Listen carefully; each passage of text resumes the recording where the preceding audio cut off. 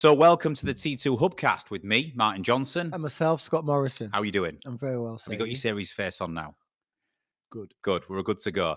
So we are going to record a short video at the request of both clients and partners. What is T2? We've grown significantly over the years, and I think it was a little bit around about who are we? Why do we exist? What's the value? All of that wonderful stuff. So I've roped Scott in because Scott has been in T2 now 9 months? 9 months. I've obviously been in since the start, which is 8 years. So two ends of the spectrum, and it'd just be really good for us to maybe debate at where are we at now? Who are we? What do we do? What's the value of that? And what do we see as the purpose behind it?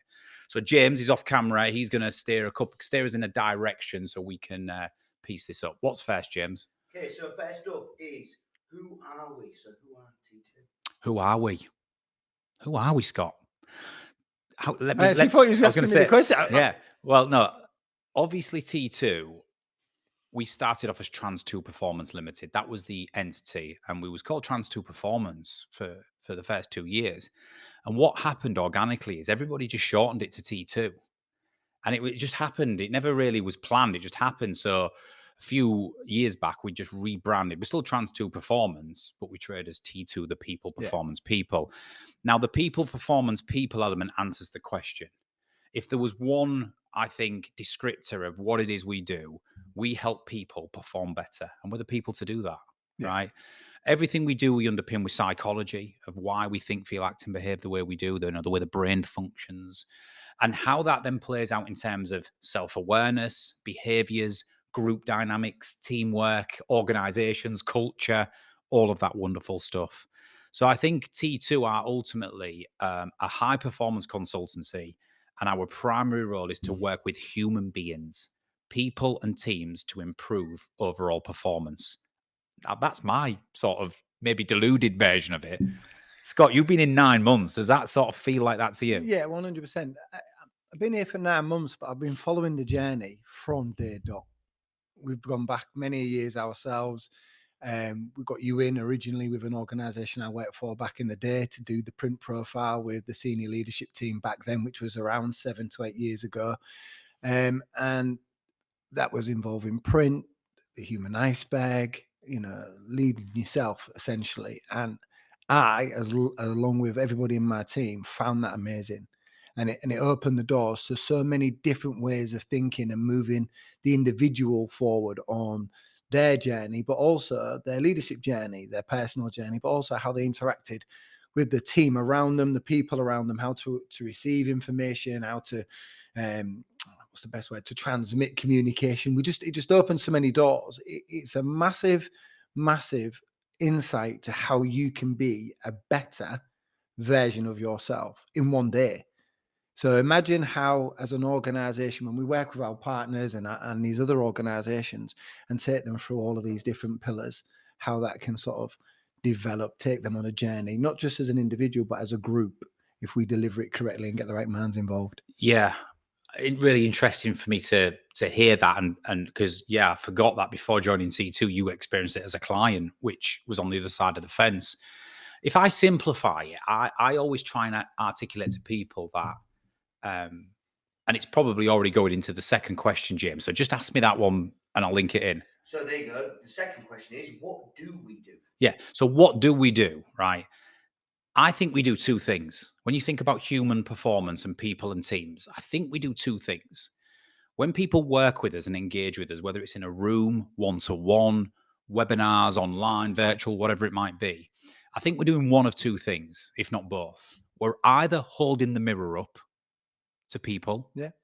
So we're holding the mirror up and saying, look, let's have a little look at who you are, because you are who you are. We know that through your formative years, your brain development, your parental influence, where you grew up, your experience in the job world, your school years, everything contributes to who you are. All we're doing at this point is we're holding the mirror up and giving you some conscious information and ideas of what that looks like.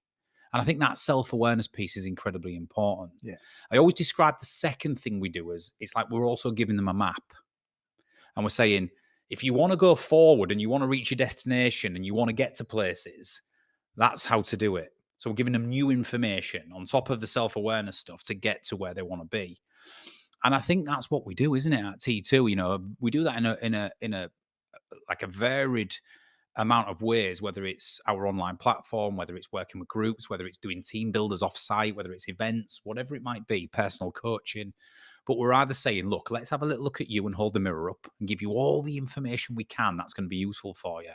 Or let's give you a map and some direction of how you can get to your destination or where you want to be.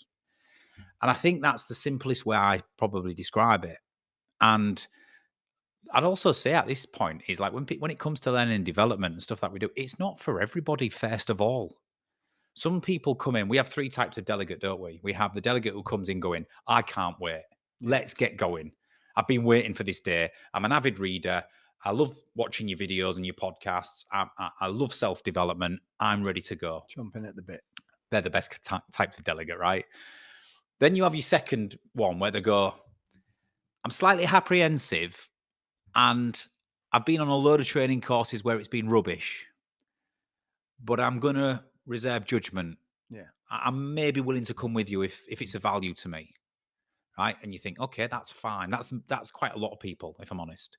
And then you get your third type of delegate, don't you, or client who goes, I don't want to be here. It's a load of rubbish. I am who I am. It's served me well this far. Why do I need to listen to any of this? How is it going to help me? Now, obviously, I made a comment a minute ago that delegate is the best delegate. I'm not so sure it is. I love the third type of delegate when we turn them around. And when actually that fixed mindset of, I can't learn anything, it's all a load of rubbish. Why should I engage? And then at the end of the program or the process, they've had a complete U-turn. They've been open, they've contributed, and they shake your hand and they thank you. They're the greatest wins. And I think that's what I exist for, doing this, to try and get them. Yeah. Because the middle ground, quite often, we're very good at what we do. We can take them with us. The first group are already with us. So we've always got the majority of the group because we're good at what we do. Mm-hmm. But it's the wins in this third column that I really like.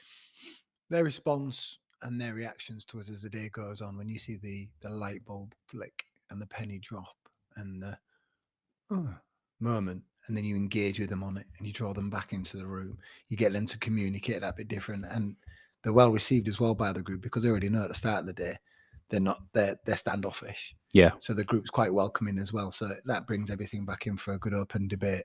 Yeah, for sure. Third question, James. But then finally, and this is maybe rounding it all off, is why is it important? Why is what we do important? Yeah.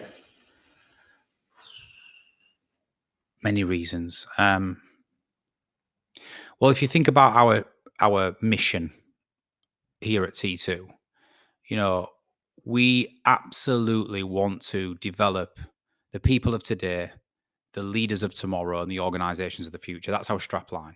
It's our mission statement. And that's a really powerful thing, isn't it? Because if we can influence, let's take the people element, the people of today. How many times do we get an email or some feedback on a form or a message on LinkedIn or whatever it is saying, you've changed my life? Yeah. Honestly, I'm not under-egging that. That's what happens. And for me, when I don't think anybody makes a statement like that unless they somewhat mean it or think it. No one makes that statement lightly. They're not going to bump into you in the street. You're often from different ends of the UK, so it's not like they're your friends. Do you get what I'm saying? So that type of comment is heartfelt. It's factual. It's meaningful. And then you'll see them 2-3 years later, and they'll be in a room, or they'll say, "I still remember when I read your book, or when I was in that session, or when I watched you do that talk, and I still remember that thing you said today, and it stays with me, and it's changed my life." That for me is like, is there a more powerful thing or a more impactful thing you can do as a job to help someone have that realization of what's serving me well, what's not, what I can possibly do, or just get the motivation to start pushing forward in whatever it is they want to achieve? That's an incredibly powerful thing. So I think if you strip our mission statement down, developing the people of today, for me, is about we have the potential to change people's lives and their mindsets and whatever it is that they're struggling with. And that's can be a burden, but it can be an incredible thing to be a part of. The second element is the leaders of tomorrow. Now, again, this is where it transforms from us affecting people's lives individually into the ripple effect of us working with leaders and have the amount of other people that affects and touches. So if we can improve a leader's self-awareness, a leader's ability to manage challenges and conflicts and whatever it might be, or be more motivational or understand people's purposes more, then the ripple effect of that is that they're going to do a better job, which then affects another dozen people's lives. Yeah, which ripples continue. The ripples continue, right?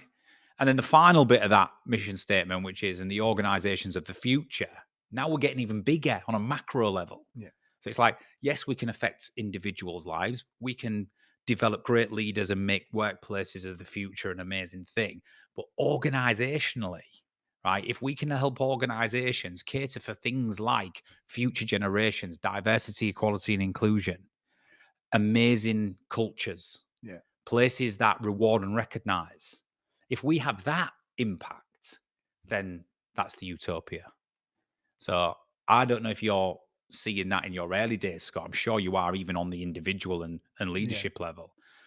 But the strap line is not just something we've come up with in a room. I think the value, to answer your question, James, of what we do lies in the fact that everything we design and deliver, every engagement, every customer we work with, we are trying to develop the people of today and change lives. We're trying to develop the leaders, of the future, and we're trying to create organizations, right, which are going to be amazing places to work for time to come. And I think if we can do that, that's surely the value of it.